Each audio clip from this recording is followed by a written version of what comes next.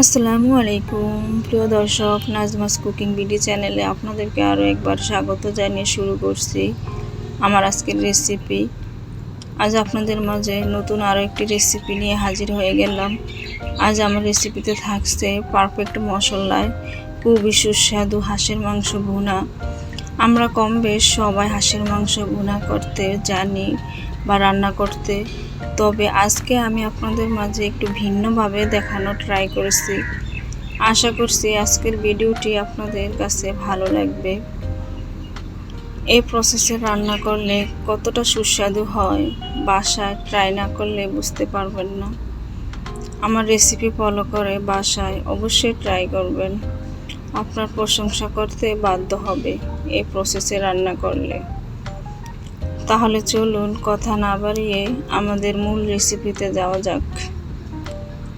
এখানে আমি চুলায় একটি কড়াই বসিয়ে 3 টেবিল চামচ রান্নার রেগুলার সয়াবিন তেল দিয়ে দিলাম, আর সাথে অ্যাড করে দিলাম 1.5 কাপ পেঁয়াজ কুচি। পেঁয়াজ কুচি দেওয়ার পর এই পর্যায়ে আমি একটু নেড়ে তেলের সাথে ভেজে নেব। ভেজে নেওয়া হয়ে গেলে আমি এখন এই পর্যায়ে অ্যাড করে দিব 3 টেবিল চামচ আদা রসুন পেস্ট দিয়ে একটু নেড়ে দিব। আর হাঁসের মাংসের সাথে ট্রাই করবেন মশলাগুলো একটু বেশি বেশি অ্যাড করার পরিমাণে, এতে করে স্বাদটা পারফেক্ট আসে। আর গরম মশলা দিয়ে দিলাম আমি এখানে প্রায় 2 টেবিল চামচের মতো। আমি শিলপাটা বেটে নিয়েছি এলাচ, দারুচিনি, লবঙ্গ, জায়ফল, জয়ত্রী সব একত্রে মিক্স করে বেটে নিয়েছি। আমি এখন একটু পানি দিয়ে মশলাগুলোর সাথে অ্যাড করে নিলাম, এতে করে মশলাটা পুড়ে যাবে না। সাথে অ্যাড করে দিলাম 2 টেবিল চামচ হলুদের গুঁড়া, আর দিয়ে দিলাম 2 টেবিল চামচ মরিচের গুঁড়া দিয়ে আমি এখন মশলাগুলো ভালোভাবে একটু কষিয়ে নিব। পারফেক্ট স্বাদ আনতে হলে হাঁসের মাংসের সাথে সব মশলা বাটা অথবা গুঁড়া মশলা দিতে হবে, এতে করে হাঁসের মাংস খেতে বেশি সুস্বাদু হবে। ট্রাই করবেন বাটা বা গুঁড়া মশলা অ্যাড করতে। এখানে আমি 2টি তেজপাতা মাঝখান দিয়ে চিড়ে দিয়ে দিলাম।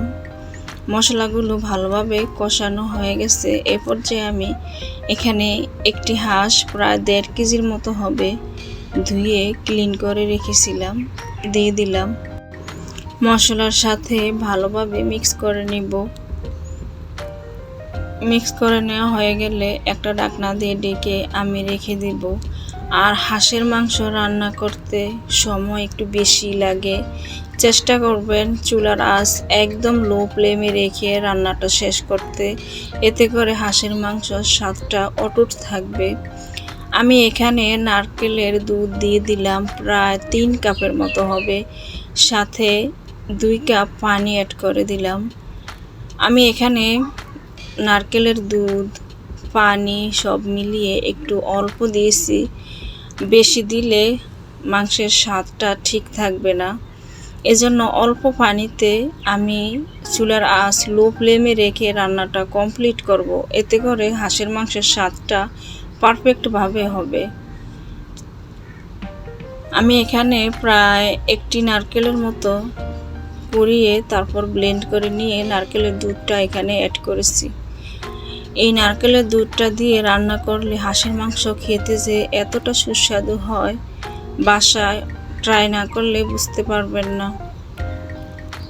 তাই আপনাদের মাঝে এই রেসিপিটি আমি শেয়ার করেছি।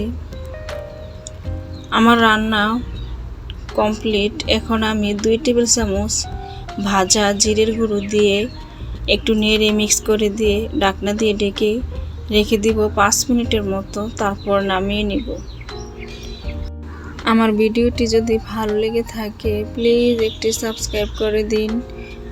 সাবস্ক্রাইব করে আমার চ্যানেলের সাথেই থাকুন নতুন নতুন রেসিপি দেখার জন্য। তাহলে আজ এ পর্যন্ত, দেখা হচ্ছে নতুন কোনো ভিডিওতে। সে পর্যন্ত সবাই ভালো থাকবেন, সুস্থ থাকবেন। আল্লাহ হাফেজ।